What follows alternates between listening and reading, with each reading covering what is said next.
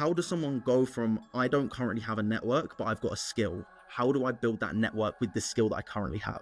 I think that everything in this space is an exchange of value. Sales is being sold as a biz op, right? That's the biggest problem. Is there's so many people that are trying to start, marketing agencies and Shopify stores, and marketers will step in and basically. What do you think really separates the 1% from the 99% of most salespeople? I used to work at Sales Sniper, and there was a subject that was very popular at the time, which was if you do the work behind the scenes, that's your 80-20, right? Your 80-20 is doing the work to be good. PhoneSales.com. Ahmad, the newest partner in PhoneSales, and the man that is taking over the high ticket sales game, the high ticket sales space, the man that has been closing for a while, but is here to really make some impact in the sales space. And I wanted to get the insight into your mind, Ahmad, and really figure out, one, how people can get into the sales space, what they can learn from you, and you to share your wisdom, knowledge, and experience about the high ticket sales space. So how is life, Ahmad? What is new, brother? Thank you for the intro, Max. I appreciate it. Life is good. Just recently became a partner here at PhoneSales. Mm-hmm. We're working on some pretty big projects. It's pretty exciting. So yeah, I'm glad to be here, and I'm glad to get the ball rolling. That's it, my man. Let's really dive right into it. And you're from Canada, right? That's correct, yeah. Yeah, and you're obviously a remote closer. That's how you originally started in the sales space, I believe. Yeah, so I actually started out getting sold into a high ticket program from Traffic and Funnels. It was like the sales mentor. Okay. That's how I got started. And then I went through, I probably made every single mistake in the book before I got onto an offer and actually started making 20K a month. And I think that it's because of that the series of mistakes that I made that I can actually look back and provide the same insight that I needed 4 years ago to other new closers so that they can start making 20K. So of course. Okay, so mistakes. Let's dive into that. Like, what is a common mistake that a lot of people make before or when they're in the high ticket sales space? Okay. So I think the biggest mistake, the first mistake that most people make is they think they're qualified enough to close on an offer and make 20K. People get started in the high ticket space. They take some random course and they have no experience and they've never done any reps. They haven't done the drills. They haven't done any role plays. They haven't done any of the work behind the scenes, and they just expect to be handed everything on a silver platter. I know a lot of people talk about, landing on offers that are like super proven and have warm leads and so on and so forth.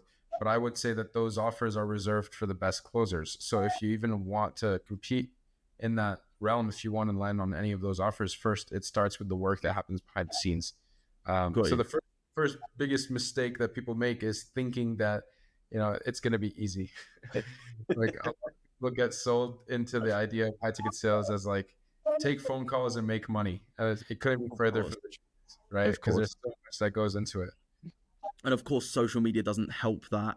It helps it, but it also doesn't help it, because in social media, it literally is like 3 of the most high paying jobs, and it's like high ticket closing, and it's like, yeah, you can make 10K off in your first month. This guy made 17K in his first month, and it's like, yes, but also who were they before they got into the high ticket sales space?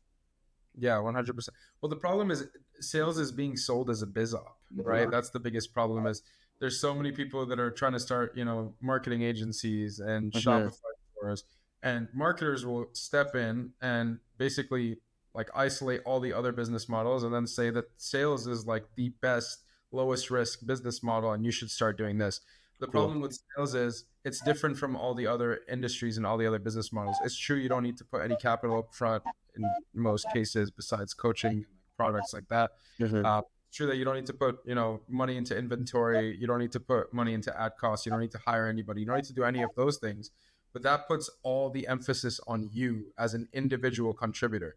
That makes you the most important piece of the puzzle, which means that if you suck, you're not going to make any money. And if you're good, you're going to make all the money. So that's where the importance is, right? It's just on your skill set. So I think that the biggest mistake people make is thinking that it's going to be easy. And then the second mistake after that is once they learn the skill set, they don't realize the importance of your network, the importance of the people that can put you in a high paying role. I see a lot of sales reps that have been in this space longer than me that have ended up in crappy offers. And then I see brand new sales reps making 30K a month.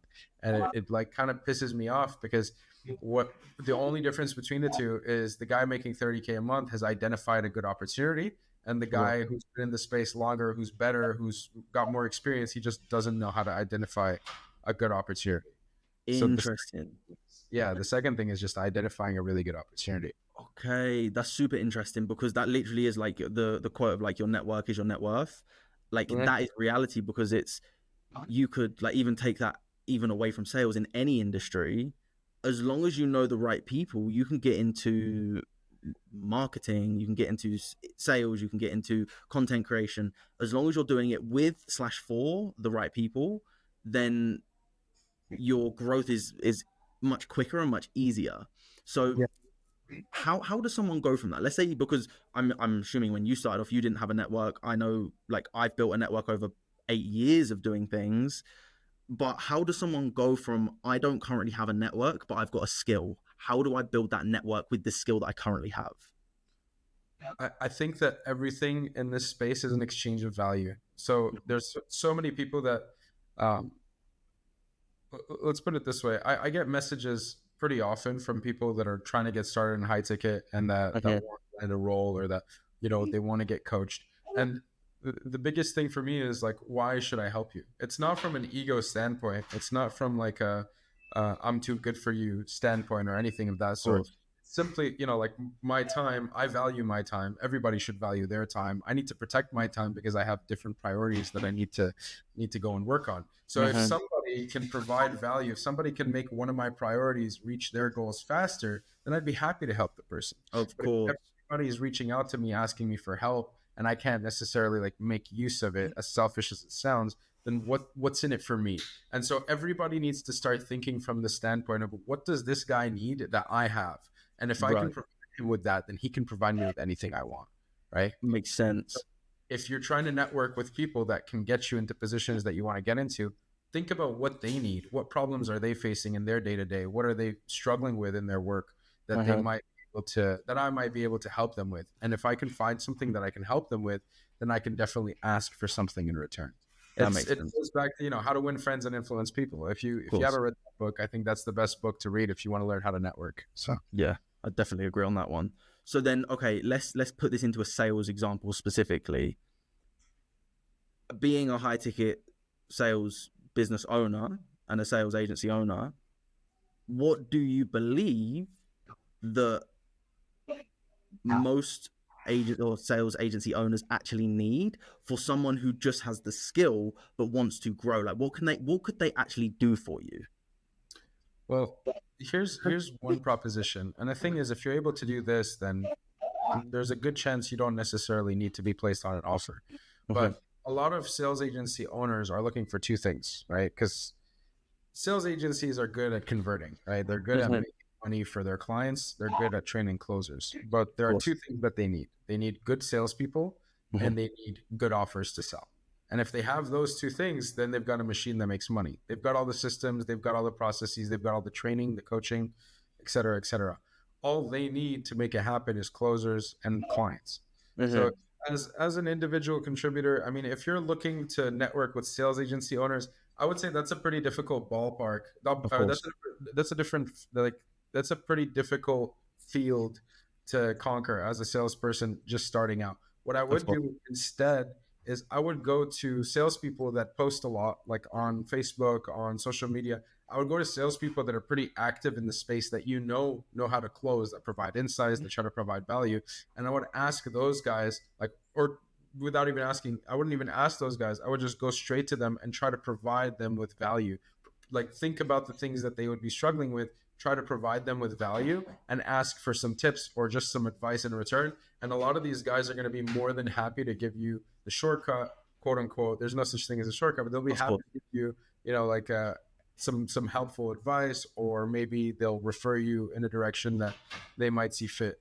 The other side of it, though, is when somebody asks me for an offer, a lot of the times I'm reluctant to refer them to a business owner or place them, simply because I don't know if they're going to be good. And if I Of place course. somebody and they're if I place somebody and they're not good, then that's a reflection of me, right? Mm-hmm. That can negatively impact my reputation. I'm not going to risk my reputation for anybody. right? Of course. Especially not to place some setter or some closer, right? So one thing that I need to know is before they reach out to me, I need to know that they're good, right? So if they send me an intro to them introducing themselves, if I see that they're sharp, if I listen to a sales call of theirs and I see that, this guy knows what he's talking about, I'm going to be more inclined to make a referral. That makes sense. That makes sense. Okay, so because actually that reminds me of something that happened with me. How I found one of our editors was he got referred by another editor who didn't have the space or capacity to edit more videos. So it was literally that. So it's like start off where you are and network around your circle, which then can increase your circle to someone else, because they then, let's say you were asking one of your sales reps for someone, like another, oh, we're looking for another sales guy, do you know anyone? They referred them over to you and you're like, oh, this guy's actually good. Like, he then comes into your network and then knows you because he was referred over by another salesperson. Yeah, 100%, exactly. So again, like if that person is making as many connections as they can with other salespeople in the space, right? Like if they're meeting with other sales guys, staying sharp, and they show that to the other salespeople that they're practicing with that they're sharp.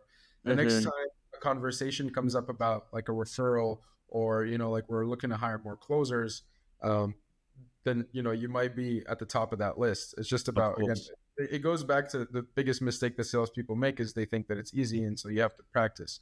You have to do the work behind the scenes. And if you do the work behind the scenes, that's your 80-20, right? Your 80-20 is doing the work to be good. If you know how to network and you know how to land offers and you know how to interview and you know how to do all of these different things, but you suck at sales, it doesn't matter how many times you go through that process, you're not going to make money. So your 80-20 is get good at sales, and then the rest will follow, right? You'll naturally learn from, trial and error. But if you want the fast route, obviously you just got to listen to people who've done it. Well, that's it. And that's why listening to the Phone Sales podcast is probably one of the best things that most people could do. What do you think really separates the 1% from the 99% of most salespeople? I think there was like, I used to work at Sales Sniper, and there was a subject that was very popular at the time, which was what wins? Is it talent or work ethic? And, I remember Sean Ray was kind of driving this conversation forward, and he kept talking about how, work ethic always beats talent. So I think that it's true that work ethic always does beat talent if the talent isn't working hard. But I think the 1% is the guys that are naturally talented that outwork everybody. Those are the unicorns in the space. The guys that, that natural born salesperson, if you want to say, I don't necessarily believe in that, but like if you already kind of like have a knack for sales and then you work your ass off so that you're the best, then you're going to beat everybody else. And I find most of the people at the top, like most of the best salespeople I know, they're not necessarily like the guys that were talented and that have the work ethic. They're just the guys that outworked everybody else. So if you have that talent, if you have that talent on top of that work ethic, you'll literally be the best. Like you'll be a unicorn. Okay. But if I had to choose between just naturally talented and people who work hard, a really good work ethic, it would be a really good work ethic. 100%. Okay. So when you say work hard though, like what does that actually entail? Like specifically in sales? Yeah. So for me, when I see someone take 10, 12 calls a day, that doesn't necessarily equate to working hard. Of course. Sales calls isn't necessarily very difficult. You get a call booked to your calendar and then you show up and you take the call. I think the hard work is the work that you don't want to do, the work that you do. So going back and reviewing a call, how many salespeople do I speak with that tell me, oh, they don't review a call because they don't like the sound of their voice or they don't like the way they sound on calls? If you don't like the way you sound on calls, it's because you know that you're making a mistake on that call. And if you know that you're making a mistake on that call, then it's going to be very easy to correct your mistake. So all you need to do is listen to your call, correct your mistake, and you're going to get better. But you don't want to get uncomfortable and review your call to get better. So that's the hard work that most people avoid. And there's a saying, it's the magic you're looking for is in the work you're avoiding. So like, that's exactly what that means. Like, that's exactly how you're going to get better and you're avoiding it. So if you work hard and you listen to your calls and you do the drills, you do role plays with your friends or with better salespeople, go back and you try to like create mirror questions for every single question in your script. Like you're drilling on a daily basis, you're going to get better. You're going to get good and you're going to stand out like a sore thumb from everybody else that sucks. And that's how you get ahead. Of course. Well, what's a mirror question? I'm curious.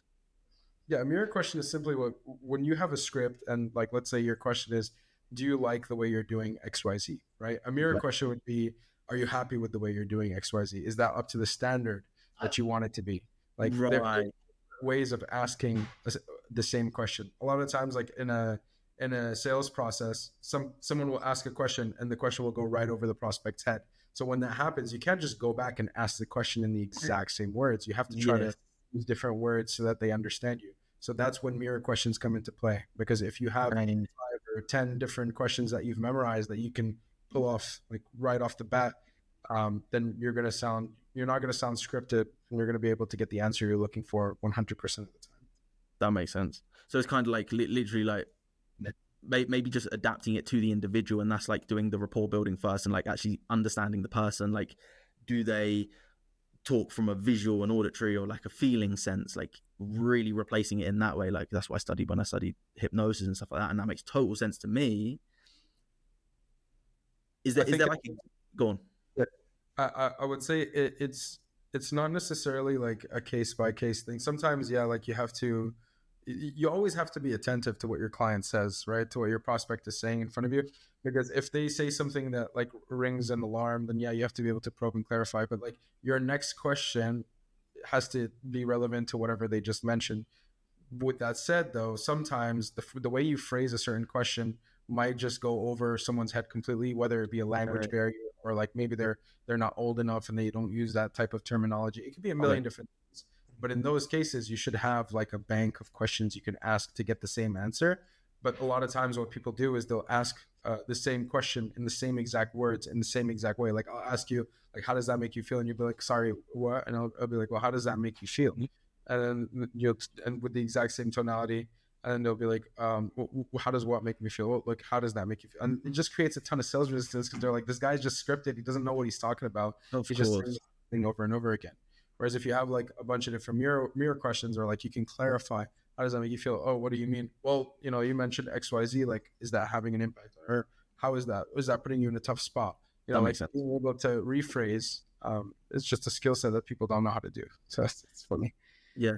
No, that's interesting. How do you think someone actually learns that? Is it literally just putting them like effectively like having your script and having your outline of your script and then going, okay, so for that specific question, here's 10 different ways I could ask that same thing?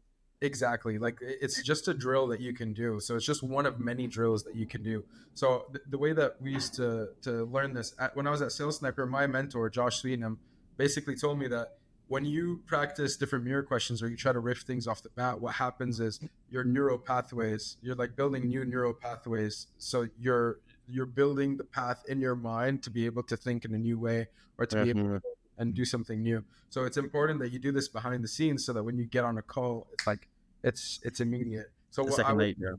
yeah, there's a few different drills you can do. If you don't know your script by heart when you're starting on an offer, that's like an important drill. One of them is you write your script from start to finish, and you try your best not to look at your script. That's one drill. Uh, Mm-hmm. and then you keep doing that until you don't need to look at your script at all. And then once you do that, you start writing it backwards. So like that's a Interesting.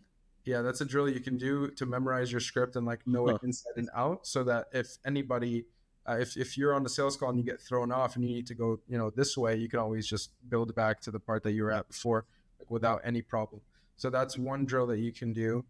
There's another drill. Yeah, so mirror questions is another drill. There's also rapid fire questions, which is something you'll do where you do a 30-second timer Mm-hmm. and you try to throw out as many mirror questions to any question you pick on your script. Got you. You pick a random question on your script and then you do a rapid fire. So 30 seconds, you try to throw out as many mirror questions as possible in that 30 seconds. And what it Okay. does, it trains your brain to think faster. So Yes. Mhm. these are all drills that we used to do as snipers so that we could get sharper. And then when you get on an offer, it's going to be super easy to adapt your questions to the prospect, to the Yeah. situation, to the offer, all because you've done the work behind the scenes. But like without doing that, you're going to be slow. That's super cool. I really like that. And I really like the idea of, so effectively what you're saying about the script writing. You have your script, you memorize your script, then you write it by heart, and then you write it backwards. So like obviously not like the letters backwards, but like from the finish to the start effectively. Is that what you're saying? Yeah, exactly. So like let's say I just got onboarded onto a coaching program like that sells fitness. Okay. And I don't know the script yet. Like I've only sold insurance or something completely unrelated.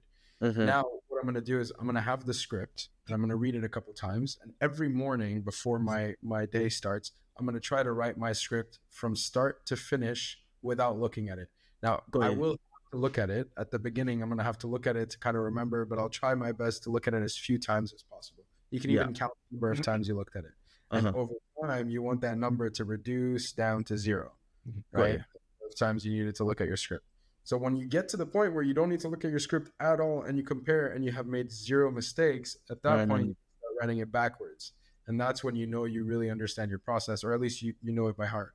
Of On course. that note, another thing that's really important isn't just memorizing your script, but knowing why you ask, which question you ask, right? Right.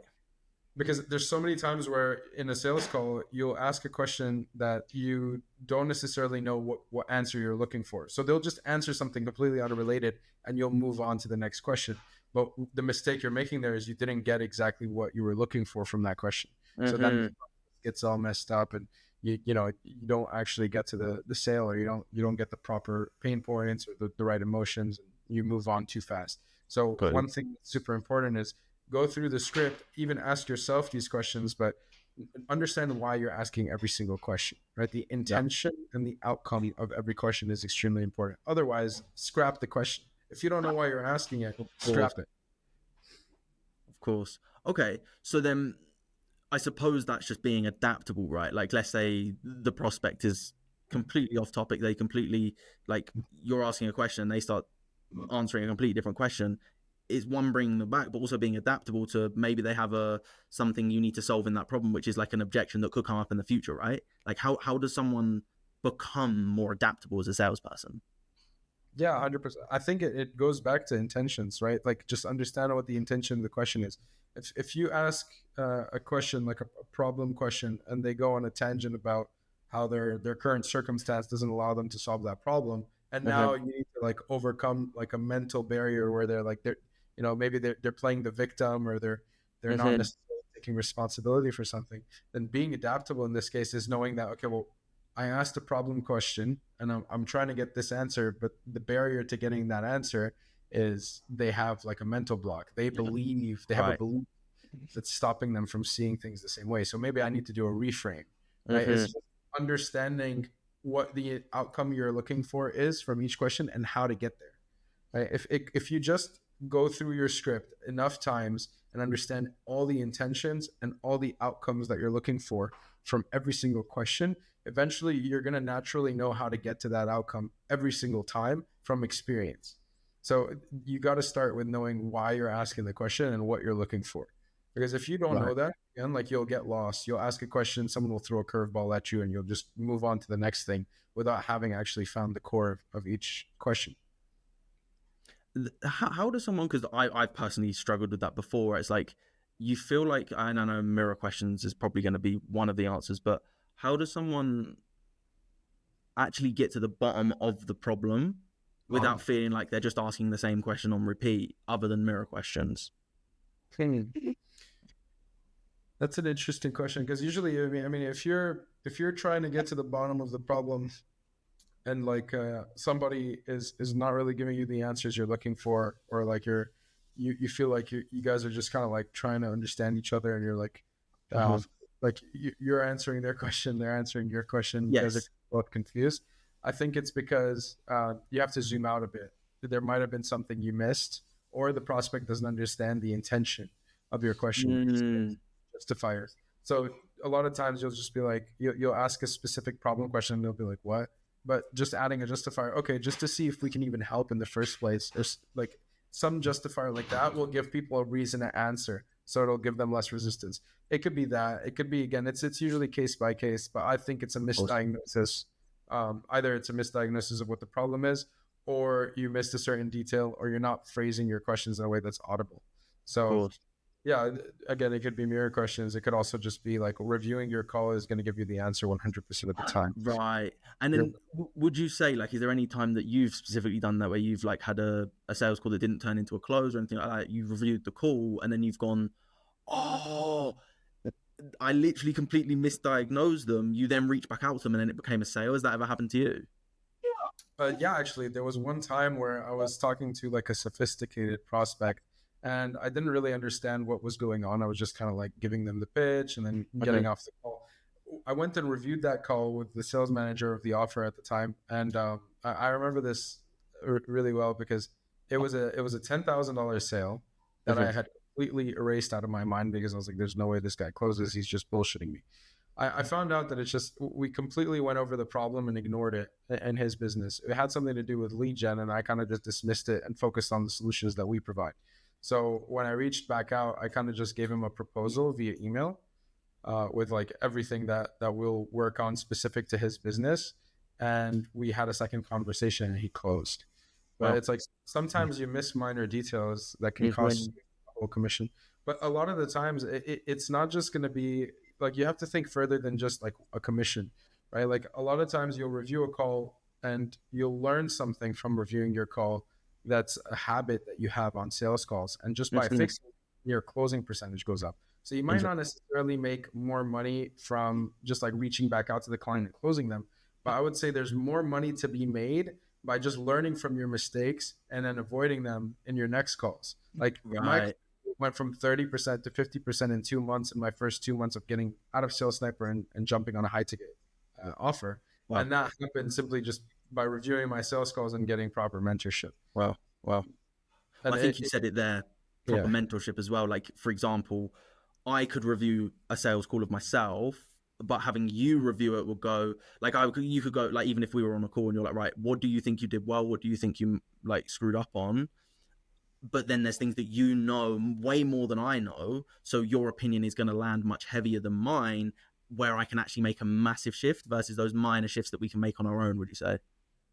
yeah, I think that the level of analysis that you're going to get from just reviewing your calls without anybody else's perspective is going to be lower at first, Of but you're course. still going to be able to identify some mistakes. Once Yes. you get to the point where like you get to a point where it's like diminishing returns, right? Like every call you review, you just don't see the mistakes you're making. When you get there, that's when it would be a good idea to bring on a coach or a mentor to teach you how to look at your calls and find the mistakes you're making. But Uh-huh. a lot of people kind of want to skip the hard path of like just reviewing your own calls and just hire a mentor thinking it's gonna, it's gonna solve all their problems. They just want to pay and forget about the problem. But a lot of the times that's not the solution. So first you start by reviewing your calls, identifying the mistakes that you can identify. And when you Uh-huh. get to a certain point where you can no longer identify those mistakes, you're going to bring a mentor on board. He's going to show you the mistakes you're making, and you start developing a better scope to look at your calls. So you become Of more course. analytical. You start getting super precise on your sales calls, and then once you've finished your mentorship and you've now learned how to think about your Review. sales calls from your mentor's perspective, you can go back, listen to your calls, and identify the problems like this. Of course, it's like it's just reminds me of sports. Do you know what I mean? Like you don't play for the top tier like League One sports teams at first. You start off playing in the park with your friends or your parent. Then you move into a low level league team. Then you eventually move up, and at your level, you get the mentor at your level. So every time you level up, your mentor level is like a next level above. So it's similar to that in a sense. Like the principle is the same, it's just Yeah. in the sales game as well. Yeah, I agree. I think that at some point you get to a point of diminishing returns with your mentor as well, right? Like you can learn everything that they teach you. If you're a really good mentee, you're going to take 100% of the lessons, you're going to implement them, and then Uh-huh. you're going to go beyond that. So if you get to a point where you're going beyond that, you no longer need the lessons that got you to 20K a Of month, course. for example. Now you're trying to become a manager or a CEO or whatever it is. You're going to need a new set of skills, a new set of perspective, and so Of course. that's when you're going to seek a next level mentor. Of course. I think that Yeah. that's the thing about like people that really like continue getting further and further is they don't stop training. Like there's a saying, it's training isn't something that you did, it's something that you do, right? Continuing. Exactly. So if you continuously train and you continuously develop your skill set, there's really the sky is the limit. I know. But if you stop training, that you stop growing, right? That's Of course. basically. Yeah. I know we've got to be conscious of your time. We've only got a couple minutes left. But that also sort of reminds me of to be a good mentor is for your mentee to outgrow you. That's like you taught them everything, and then obviously the goal is then for you as a mentor to progress as well. So Yeah. speaking of, Just want go. to add something on that subject, actually. So it's funny because a lot of people want to be mentored by one individual.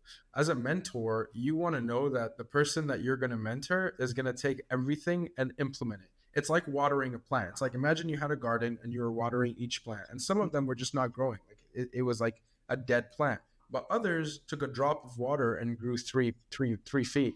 Right. That's the plant that you're going to dedicate more water to.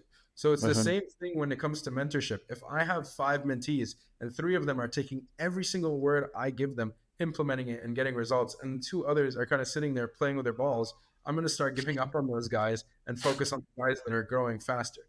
Right? It's the same thing. So if you yourself want to be mentored by somebody and you want them to respect you and value you, the best thing you can do is when you do get an ounce of their time, you take it, you extract all the value you can out of it, and you show them that you've done that. And that way That's they're going to come back and they're going to want to mentor you. I love that. I love that. Okay, so my final question is related to that. Who inspired and inspires you now in the sales space to get into this game? Who inspires me and inspired me to get into the sales space? Um, that's interesting. I think one of the greatest sources of motivation for me to help others and to train others is looking back 4 years. Like, I used to genuinely hate myself for not being good at sales. I used to Right. make no money, and I was really angry with myself that, I saw so many other people succeed and I wasn't successful. So I used to be really angry with myself, and I didn't understand why I wasn't successful. If I did, I'd be successful. So then I went through my journey, which took me a while, and I made every single mistake in the book, in my opinion, that I could make. And I had to learn from each of those mistakes on my own individually. But it's from learning from those mistakes that I got to where I'm at now. So Mhm. if I can provide that perspective for other people that might be going through the same journey, then I know how much it would have meant to me. So Cool. I want to do the same for other people that are in the same position. So in terms of helping other people, the biggest motivator for me is like seeing other people at the same step, at the same stage that I was 4 years ago. In Right. terms of getting to that next level, I think what's funny is throughout the years I've seen so many people in management positions. I've worked on over 20 offers. I've been in multiple sales agencies. I've seen so many different management styles and so many different like systems and companies being run in different ways. And there were so many times where I'm sitting there thinking about what can be improved. And Hmm. every single one of those times, I had zero leverage. I had no power to do anything. I was just an individual contributor. I was just a salesperson. Sit in your corner, produce, and then we can talk about it when you move up. And I was always good at sales, but it's just I was never given the platform to kind of work on management things. So now that I'm in a position like that, I look back and I think, there were so many things that could have been improved. I would love to be in a position where I can do that. Now I am, and now I want to be able to provide that for others. And I'm even helping a friend of mine. I placed a friend of mine in an offer as a salesperson and showed him how to get promoted as a manager. Now he's managing a sales team, and I'm giving Wow. him insights on how to do that. So it's a pretty rewarding feeling when you're able to help a whole team succeed, help a company generate more revenue. Like it Cool. feels like you're really building something and you're not just kind of working and getting paid for like just the amount that you produce, but more so like the vision that you have and being part of something bigger. So No, that's awesome, man. That's awesome, man. Ahmad, I appreciate your time, brother. I've got some insights, but I've got so many more questions I want to ask you. So we're gonna have to do another one of these for yeah, sure. man, appreciate your But time. anyone that isn't already following the Phone Sales podcast, you need to follow it because these guys have golden information that I've learned a hell of a lot from, and I know you guys can learn something as well. So I look forward to seeing you guys on the next episode as well.